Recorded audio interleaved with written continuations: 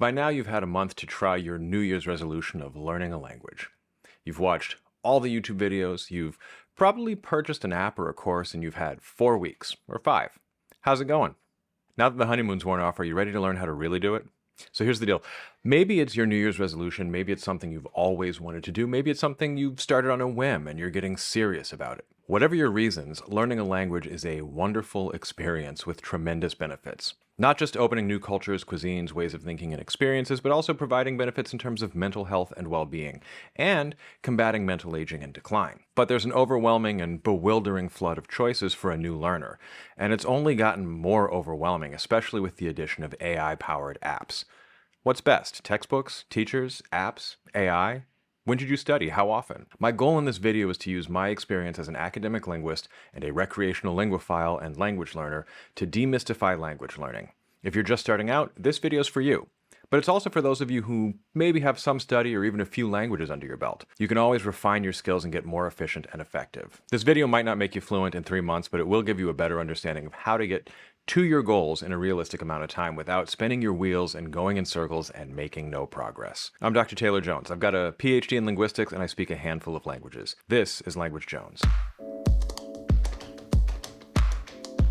Real quick, this video is about how to think strategically about language learning and how to execute a strategy to achieve your goals. It's not going to tell you which app on the market is best or why the answer is never an AI tutor whose ads feature grammatical errors in English. In this video, I'm going to discuss setting and managing achievable goals, the subdomains of language learning, learning science, memory, analyzing language, and developing a program that meets your goals in a finite amount of time before you set new goals. Anyone should be able to communicate effectively in a target language, especially the most common ones you are statistically likely to be interested in about a year. You should be able to shock natives with your amazing skills in a few months.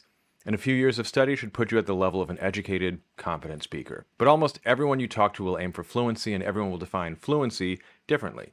Stick around to the end and I'll discuss language learning for neurodivergent folks too. Before I forget, please take a moment to like and subscribe if you haven't already. A lot of us dive right in without any clear goals in mind, and that's fine, but it's worth recognizing that what we're doing is aiming at nothing. If you aim at nothing, you're certain to hit it. Dabbling just to get a feel for a language and see if you like it or want to study it more seriously is totally fine. It's like skimming a book.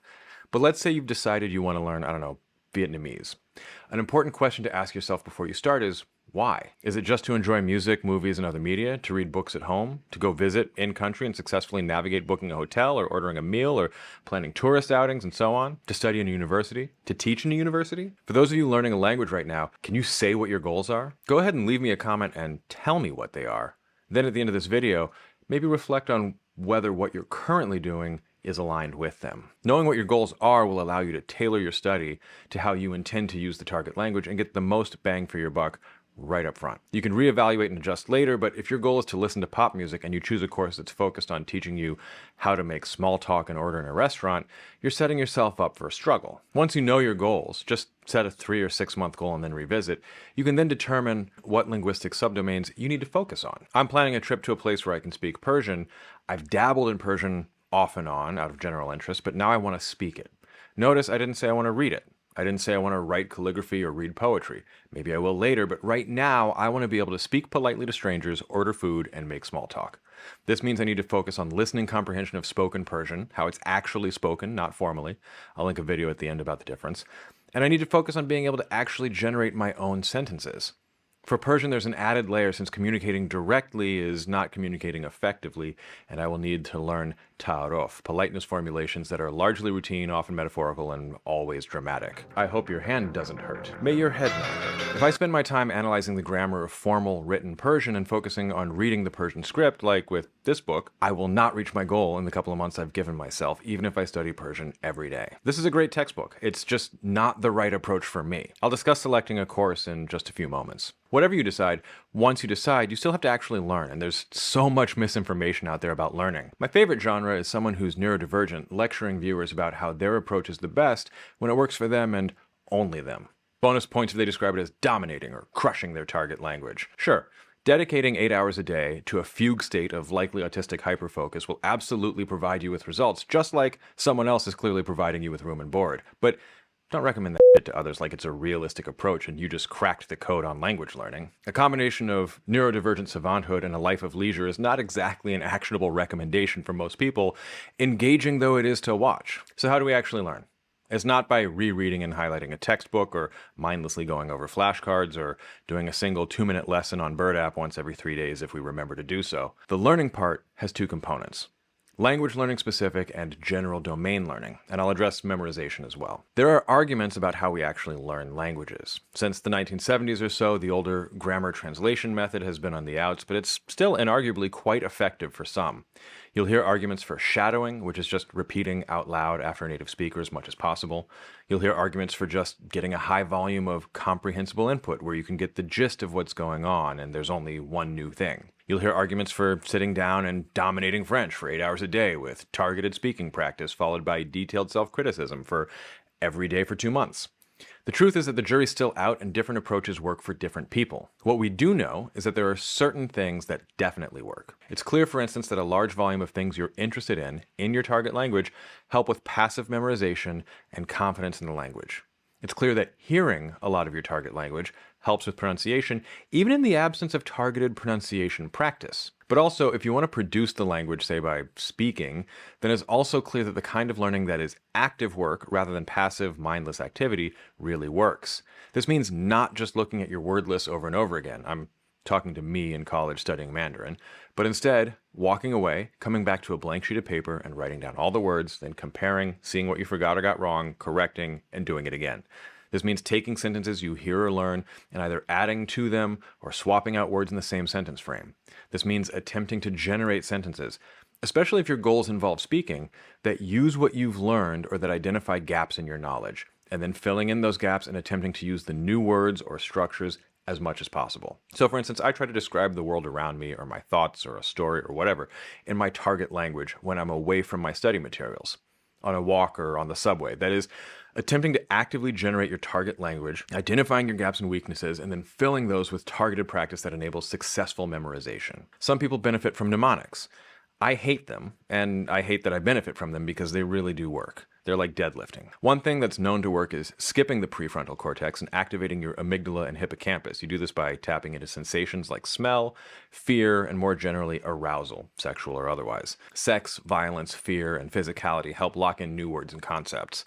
I've sometimes joked about naughty mnemonics on my live streams. I remember words like nazdik, nearby, tanho, alone, and shalvar, trousers, with obviously puerile associations. Is it dumb? Yes. Is it potentially offensive? Absolutely. Does it work? 100%. For those wondering, the trousers thing is a strained pun relating to a character in Foundation whose no-nonsense attitude, general capability, and inventiveness, ability to defend herself, and Grace Jones-esque features make her a sci-fi crush.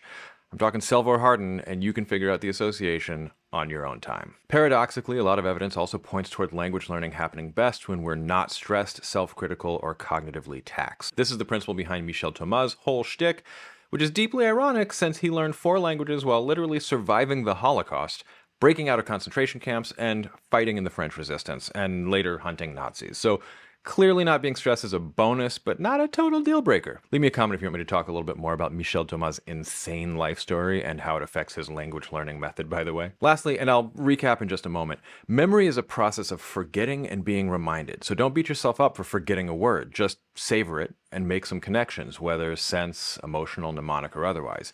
It's better to review vocabulary after a day or 2 than to come back to it a bunch in the same sitting. So I'll learn vocab in 1 short sitting. Test myself on it later, sometimes just mentally walking around like I said before, revisit it later in the day, then go back and review it, trying to generate everything I've learned first the next day. I might hit the same vocab in 3 days after that, 5 days after that. You can outsource this with spaced repetition software, but the learning still needs to be active. You make a flashcard with a missing piece, and you generate the missing piece on your own before you look at the back of the card. You hear me? Before you look at the back of the card. That's also for college me. Some resources do this for you. Duolingo does if you're doing at least a skill a day. 5 to 10 a day is better, but that could take up to an hour. 1 lesson within a skill per day, you're not seeing enough material or reviewing frequently enough to retain anything. Up to this point, I haven't said which program is best, by the way. That's because you'll need to figure out what meets your goals and your personal preferences. For some, doing an hour of Duolingo a day is a breeze, and the organization of the course and spacing of the material is taken care of for you. For some, that's excruciating torture and they'd rather eat glass. And for some, Duolingo doesn't even have the language you're interested in. I've recommended Duolingo tentatively, Rosetta Stone, italki, and LingoPie in the past, but the key is to find something that you enjoy and can do a little of, ideally 20 minutes minimum every day. If that's ASIMIL or Pimsleur, more power to you. Most of the Chinese I know, in reverse order, is from a specialist degree in East Asian Studies at the University of Toronto, from doing Rosetta Stone while working at one of their kiosks, and the overwhelming majority is from reading grammars like Yufa, link in the description, and hanging out at Pretty Angel Nail Salon and Spa. Shout out to Nancy with that thick Fulin Fa accent. One Word at a Time on YouTube recently crunched the numbers and demonstrated that you can get shockingly far in 3 months of just watching a single easy German video a day on YouTube for 100 days. If you're learning German, that is. The key is to pick a course that meets your goals. So for my Persian goals, that's the Routledge Colloquial Persian and an Anki deck of my own making with their audio, and not the Routledge Farsi Shirinas course, and definitely not Thaxton's Grammar of Persian. And probably not Rosetta Stone, but I could make an argument for it, especially if their format appeals to you and you want to speak more formally. For Italian, I'd probably just speedrun Duolingo and watch TV on LingoPie. For anything I want to speak, I definitely use italki or some similar platform unless I had friends I could practice the language with in real life and who didn't mind that. But really, take a moment to evaluate your options and consider whatever you learn while doing so part of getting a taste of the language. The final thing to keep in mind is that languages are simultaneously huge and finite. I recreationally read grammars of languages and they're all a few hundred pages and cover everything you could possibly want to know about the grammar of a language. Literally, any possible sentence structure you could ever imagine or ever be confronted with, and it all fits in one book. Get yourself the right vocabulary for your goals and a consistent study method that works for you, and you're golden. Lastly, I promised I'd mention a few things for the neurodivergent among us. This is obviously not going to be a one-size-fits-all solution. If you have a diagnosis or even a self-diagnosis, play to your strengths. Don't set yourself up for failure. If you have ADHD, don't make impossible plans and imagine hyperfocus will get you there. The process of actually memorizing things is tedious in a way that can be physically painful for ADHD folks, so you have to build in a dopamine hit while you're doing it and a consistent habit. Maybe it's 4 p.m. study with coffee and a cookie, and you ensure you get at least one new word in, even if you're just reviewing that day. Have a loved one drive the bus in terms of sitting you down to actually study. Just get that dopamine. If you're more on the autism side of things, recognize that your hyperfocus will allow you to blast through memorizing a tremendous amount of language, or in the case of academic linguists, a lot of declarative knowledge about language, but you're going to need to put in more effort to really understand the unspoken social cues. When someone says your Chinese is good, paradoxically, that means your Chinese is not good. If it were, they wouldn't be commenting on it at all. When a Farsi speaker responds to a generic compliment with offering you their belongings, it is not a real offer. There's a social script they're following and expect you to follow too. We sometimes forget that there's more to language than just words. So to recap, if you want to make fast progress, here's what I would do. I'd set a realistic goal that won't burn me out for a realistic time frame with breaks built in. For instance, I want to be able to know the basics and chat in Persian in 2 months, as I mentioned. This is doable for me because I've already studied some, I already know how to read, but I'm also working in transliteration to make it easier for myself. I'm working through a 17-chapter textbook at the rate of 2 chapters per week. I'm doing this by setting aside at least 20 minutes a day for study and review. I'm interleaving old and new material.